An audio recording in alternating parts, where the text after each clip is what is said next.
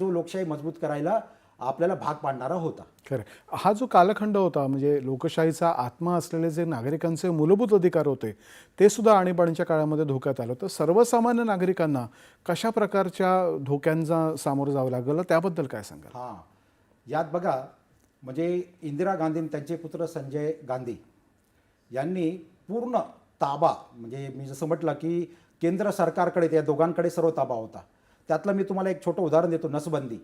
आता विचार करा त्यांच्या डोक्यात जे काही भाव होता त्या दृष्टीने गावामध्ये मॅरिड असो अनमॅरिड असो पुरुषांना नसबंदी बळजबरीने केली गेली. विचार करा हा वैयक्तिक मूलभूत अधिकारावरती किती मोठा घाला होता.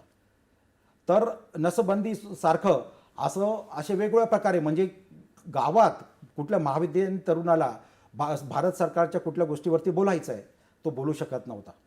त्याला कुठलाही अधिकार नव्हता. आज आपले करोडो जे काही युवक आहेत वेगवेगळ्या सोशल मीडिया प्लॅटफॉर्म्सवरती, फेसबुक म्हणा, ट्विटर म्हणा, आता एक्स आहे, नंतर इंस्टाग्रामवरती रोज व्यक्त होतात. आज जर तशी परिस्थिती आणली तर काय होईल? आज ते स्वतंत्रपणे व्यक्त करू शकतात, त्यावेळी व्यक्त करू शकत नव्हते. त्यावेळी व्यक्त केलं की जेलमध्ये जावं लागायचं, त्यावेळी ॲक्शन व्हायची.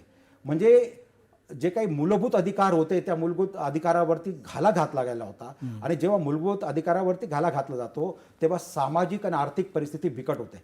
21 महिन्याच्या कालावधीमध्ये आता विचार करा, एखाद्या युवकाला काही करायचं आहे, एखाद्या युवकाला एखाद्या अधिकाऱ्याबद्दल भ्रष्टाचाराबद्दल त्याच्या काही समोर आणायचं, तो आणू शकत नाही. कारण तेव्हा जर कुठल्याही भ्रष्टाचाराविरुद्ध किंवा गैरव्यवहाराविरुद्ध बोललं जायचं तर त्या व्यक्तीवरती ॲक्शन व्हायची, त्या युवकावरती ॲक्शन व्हायची. म्हणजेच व्यक्तीचे जे काही स्वातंत्र्य, जे काही अधिकार दिले होते, अभिव्यक्तीचे अधिकार होते, ते सर्व अधिकार हनन केले गेले होते. एकत्रित म्हणून संघटन म्हणून येऊ शकत नव्हते. एकत्रित संघटन म्हणून आला तर त्याच्यावरती सुद्धा कारवाई व्हायची.